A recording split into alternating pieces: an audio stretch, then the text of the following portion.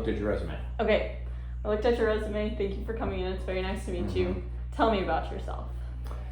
Well, personally or professionally? Professionally. Professionally. Well, I am a 20-year pharmaceutical executive. I've had experience in a variety of departments, from sales all the way up to sales management, into marketing, government affairs, operations, regular. So I'm well-rounded, well-seasoned, and I would consider myself an expert in the field. What are your qualifications? Well, similar to my other answer, for this particular job, I've spent the last 13 years in marketing, right, where I've led a variety of different products. I've led products that are $1 billion products, and then certainly smaller products too. So I've been able to do things like high-level strategic planning, but then also all the way down to the very minimal or minutia, I should say, of like copywriting. Well, you sound very qualified for this position. What do you hope to accomplish at this agency?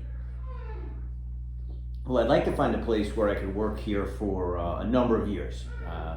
I've spent the majority of my career trying to climb the ladder. I'm at a good place right now. I think what I'm trying to find now is a place that's a good fit for me, and that I would like to, spend the rest of my time until I retire. So similarly to that question, what are some of your career goals for the next 5 years? Being new to this industry, I would like to, I would say, within the first year, I'd like to be considered, I would say, it's hard to say expert, but I would say expertly trained in my field, right? So whatever training you have that you're going to give me, I'd like to make sure I ace all of it. And I think, 2 to 5 years out, I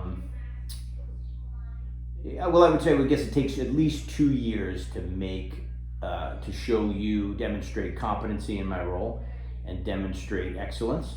But I think at the end of 2 years, going on 3, that I can demonstrate excellence. Between 3 and 5, I'd like to look for a promotion, an appropriate promotion.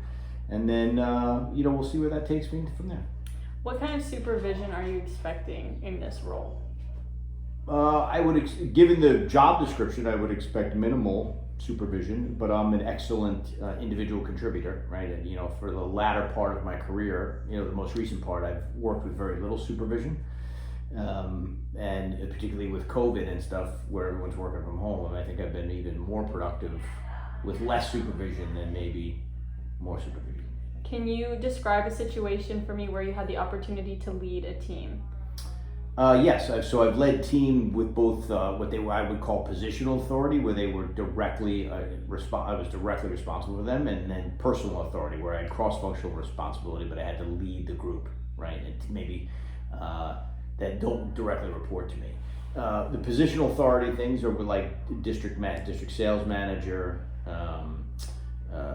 product manager, where I had other associate product managers working for me. I think what's most rewarding, though, is when it's been leadership from personal authority positions. And a good example of that is when we have a fairly junior marketing team where I'm at now, and they were untrained in how to write brand plans, right? And I've done a lot of that over my career, and so I had the chance to lead the group in teaching them how to develop an effective brand plan in a relatively short amount of time. They would do it fairly quickly, and the team hadn't started, so I said, look, we're going to do it this way.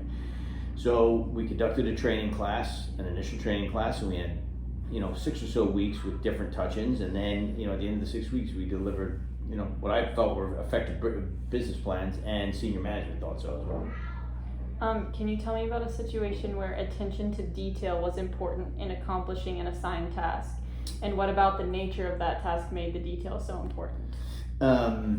Well, as I was saying, I've done jobs where I have to do all the big strategic thinking, and then I have to get all the way down into the details, right? And so a good example of that is we were putting together a pilot where we were bringing another sales force on to help co-promote a product. And while that sounds like, okay, just come on in and do it, right? You need all the details as far as territory overlap, right? Who's, okay, if you're selling here and they're selling here, where do you overlap that the pilot will become effective? So there's account analysis. There's also compensation consideration, so the development of the compensation plan. So the level of detail was important there to make sure that people stayed motivated to make sure the pilot was successful. And probably the third level of detail is the measurement, right? So you got to be able to measure the pilot to make sure it's successful. Well, you sound very qualified and very accomplished. Is there anything that you would like to say to close the interview? Well, can you tell me what you're looking for in your... Yes, we're looking for someone that is has the ability to lead a team of people from to take them from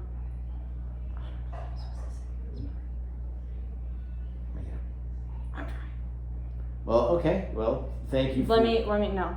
I'll cut this part out of the video. I mean, lead a team to help develop a big project wave. okay, we're looking for someone to lead a team to help develop a big project that we have. Well, hopefully that, I realize our conversation was short, but, hopefully the examples I provided showed you that. Is there any reason why you don't think I would go on to the next interview? No, I think you've demonstrated qualification, and I think we're very excited to have another interview with you. Thank you. Thank you for coming in today. It was very nice to meet you. Nice to meet you.